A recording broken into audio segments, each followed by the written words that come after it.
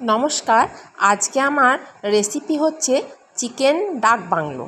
এটা একটা দারুণ স্বাদের রেসিপি। চলুন দেখা যাক এটা আমি কিভাবে বানাই। আপনারা বানাবেন, দেখবেন খুবই ভালো লাগবে খেতে। নতুন স্বাদের এই রেসিপি। এই ডাক বাংলো রেসিপি বানানোর জন্য প্রথমেই আমি ডিম আর আলু এবার আমি একসাথে সিদ্ধ করে নেব। বসিয়ে দিয়ে তার মধ্যে এই মশলাগুলো ভেজে নেব। এখানে রয়েছে জিরে, ধনে, এলাচ, লবঙ্গ আর দারচিনি। এটা ভেজে নিয়ে আমি এটাকে গুঁড়ো করে নেব। এখন আমি নিয়ে নিচ্ছি বাটিতে চিকেনটা, দিয়ে দিচ্ছি লবণ, আদা রসুন বাটা, টক দই, এখানে রয়েছে কাশ্মীরি লঙ্কা গুঁড়ো, হলুদ গুঁড়ো, জিরে গুঁড়ো, ধনে গুঁড়ো, আর দিয়ে দেবো সর্ষের তেল। এবার চিকেনটাকে আমি মাখিয়ে নিয়ে ম্যারিনেট করে রেখে দেবো কিছুক্ষণ। এখন আমি কড়াইয়ের মধ্যে তেল দিয়ে দিয়েছি এবং এই সিদ্ধ আলুগুলোকে আমি হালকা করে ফ্রাই করে নেব। আলুগুলো আমার ফ্রাই হয়ে গেছে, আমি তুলে নিয়েছি।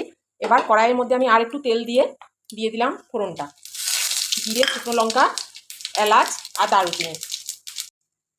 এবার আমি দিয়ে দিচ্ছি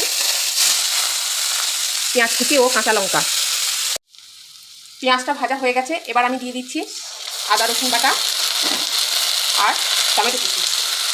মশলাটা অনেকটা কষানো হয়েছে, খুব বেশি কষালে চলবে না, একটু হালকায় কষিয়ে নিতে হবে। এবার আমি দিয়ে দিচ্ছি ম্যারিনেট করা চিকেনটা। যে মশলাটা আমি ভেজে নিয়েছিলাম সেটাকে আমি গুঁড়ো করে নিয়েছি। এবার আমি ওই মশলাটা দিয়ে দিচ্ছি চিকেনের মধ্যে। এবার আমি একটুক্ষণ কষিয়ে নেবো। কষিয়ে নেওয়ার পরে গ্যাসটাকে কমিয়ে ঢাকা দিয়ে দেবো। মাঝে আমি ঢাকা খুলে চিকেনটা একবার নেড়ে নিলাম। অনেকটাই মোটামুটি সিদ্ধ হয়ে এসছে। এখন আমি একটুখানি জল দিয়ে দেবো ফ্রাই করে রাখা আলুগুলো ও দিয়ে দেবো সিদ্ধ করে রাখা ডিমটা। এগুলো সব আমি একসাথে দিয়ে দিলাম। একটু নেড়ে নেবো, আবার কিছুক্ষণের জন্য ঢাকা দিয়ে দেবো। এই দেখুন রেডি হয়ে গেছে আমার ডাক বাংলো চিকেন। এবার আমি নামিয়ে নেব। এই ভিন্ন স্বাদের রেসিপি আপনাদের কেমন লাগলো অবশ্যই জানাবেন। নমস্কার।